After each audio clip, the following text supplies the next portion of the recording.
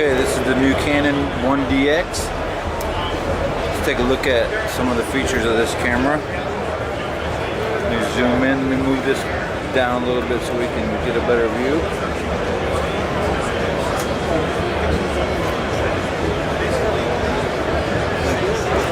Okay, looking at the menus, it's a standard Canon menu. There's an actual AF menu now. You can go in and change how the lens drives when it's in AF mode. You can change the selectable AF points. Then they have an AF area select mode, AF area selection method, and an orientation if it's linked, whether you're in portrait or landscape mode.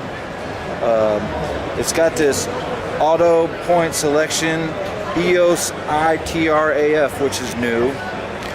And you can enable or disable it there. There's 61 points in auto focus zones. Okay, that's kind of cool. If you hit info, it will give you help.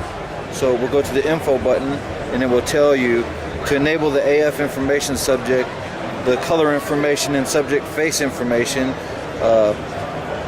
They're used with the auto selection mode for that point. That's new. They've got it taped up where we can't put a card in to check it out. But if we go into the ISO mode, there's no dial on the top of this camera. When I say dial, there's no selection mode. Everything's done via a button. Whether you're in portrait orientation or landscape orientation, it's going to show you the access to the same buttons on the body. So this is more, you know, like all of the 1D series cameras from Canon. This particular camera, if you look at the ISO selection capabilities, which we'll go to right now, you'll see, we have to go to the info button, the menu button. This is so new to me, I don't know where everything is. There's the quick button, is on the right over here next to the dial. Instead of going across to the left, it's right here. So we'll look at the ISO.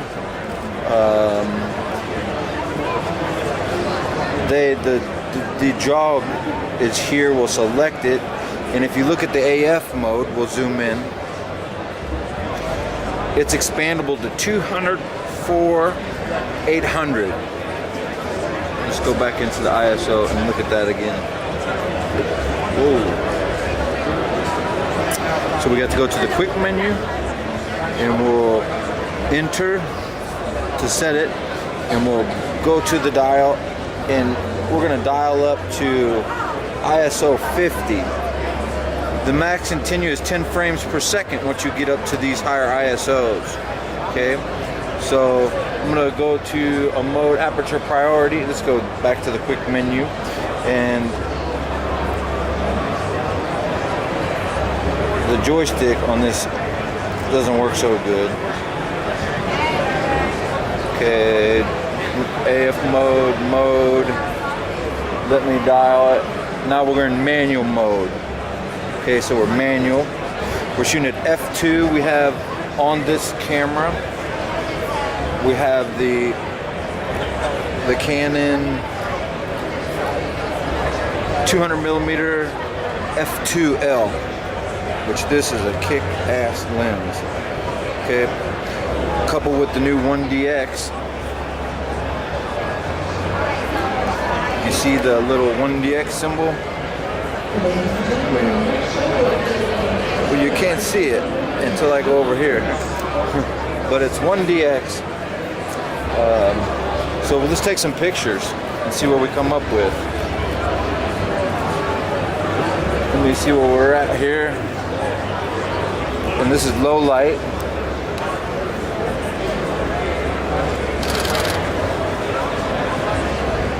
So there's the image. There's no card in, but that's an ISO 56,000. Let me show you that ISO set again.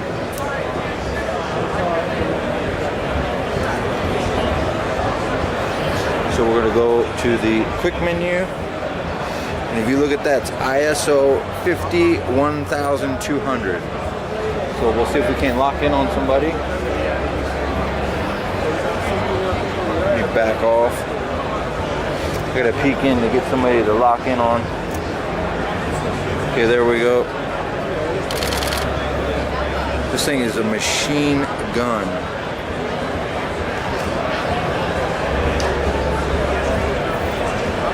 Reshoot it again.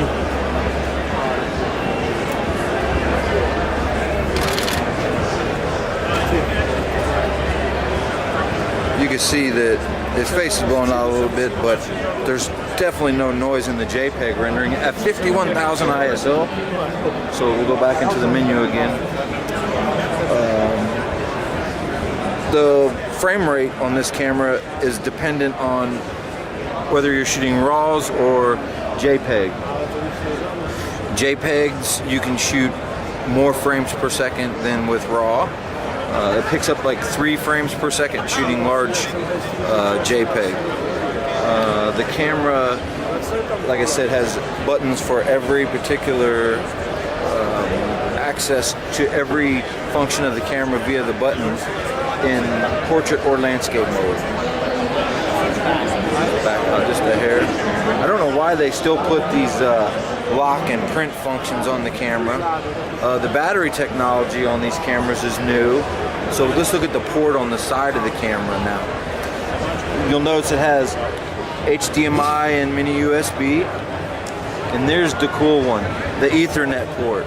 This expands the functionality to allow you to join cameras in groups and control them over the internet, or send files via the internet or a router, which that's a really cool function for a camera.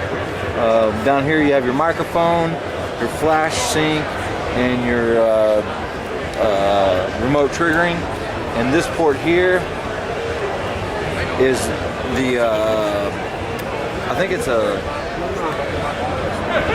monitor or some sort. I don't know what that port is exactly. I don't have that on my camera, so I don't want to make something up, but it's like a 20-pin connection. Maybe it has something to do with video, I'm not sure, but I'm sure one of you gurus know that have a 1D series body. The fit and finish of the camera feels just really good in your hand. It has a nice deep handle. It's deeper than the 5D Mark II. You can see that there's a nice big indent for your finger. So your main finger that fits, it's like a beaver tail on a pistol. It's not just straight, it's cut away.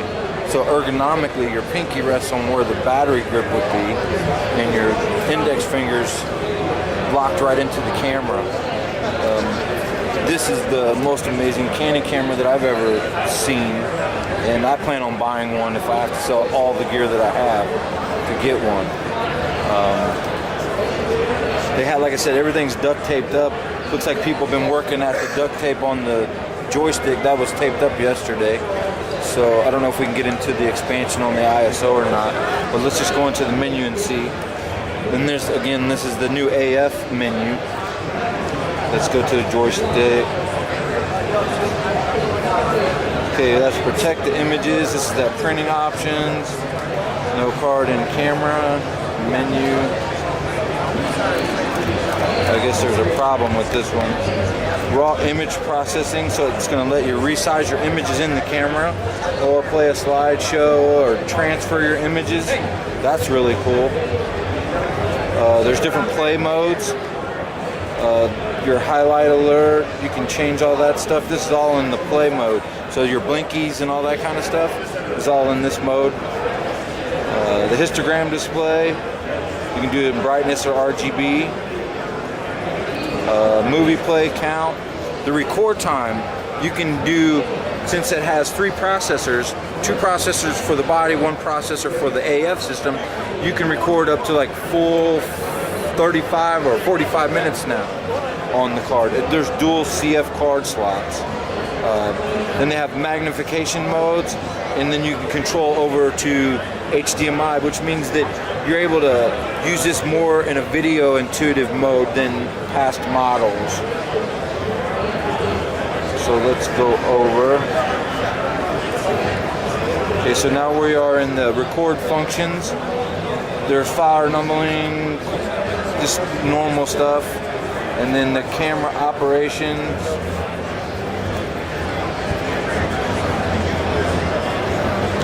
This camera is really like not that easy to use right now because it's a prototype, and this joystick function definitely isn't working. So we set that to standard. Let me go back in the quick menu mode, pull up menu, and try to get that joystick to go over.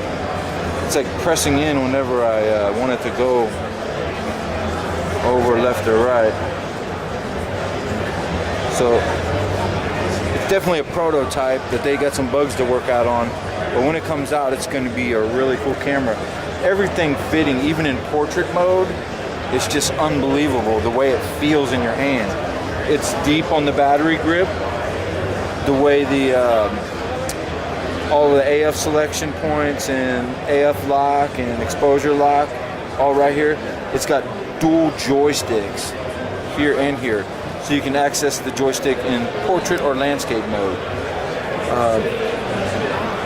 This camera is like what all cameras want to be. I mean, if they gave you the ability to micro tune flash sync, that would be something incredible. I think that would like really hurt Pocket Wizard.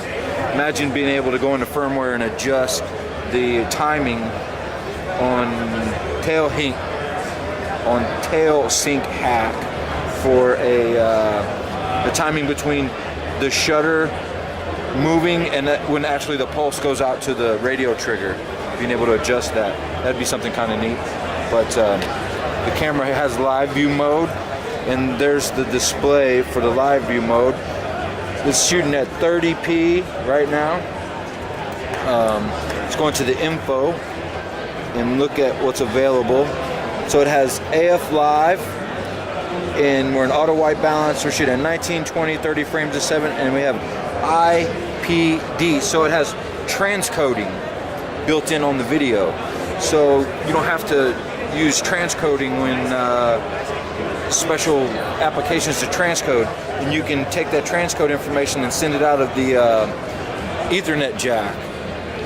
So in editing, syncing sound to it's going to be really good. This is really set up for video and stills, unlike any other camera before it. Look at this. This is 200 millimeter at f2. ISO is 25,600. Let's see if we can get the ISO. So we have to go to high expansion. So it looks like in movie mode, the ISO is limited to 25.6. Let's go back into the info. There's our live histogram, which I'm not used to seeing in video mode. And it has the built-in level like the 7D. So we're on a gimbal right now, and I'm going to zoom in a little bit on the back of the screen, show you guys what I'm seeing here. It's just absolutely just a beautiful camera. I know I sound like a retard or something, but I am so excited about this camera. I can't stand it. Okay, so let's go through some of the other info settings. So there's our standard AF point in live mode. Look at the matrix for framing as well as AF points, and then we're back to the display modes for your color spaces and white balance and such, then the live histogram. So let's shoot a movie. Let me see if it'll let me do it. Let me focus in on something.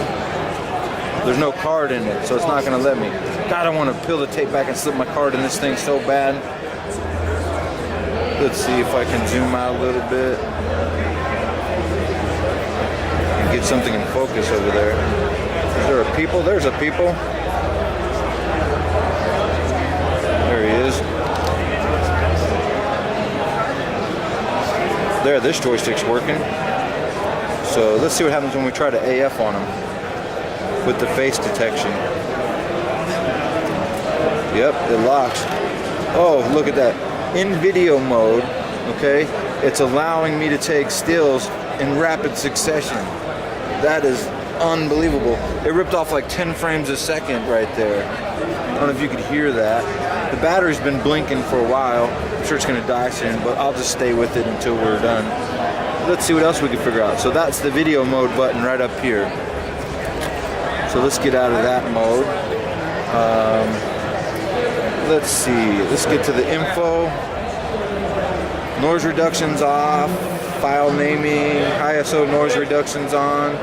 So let's get back into the menu and try to do the expansion with the.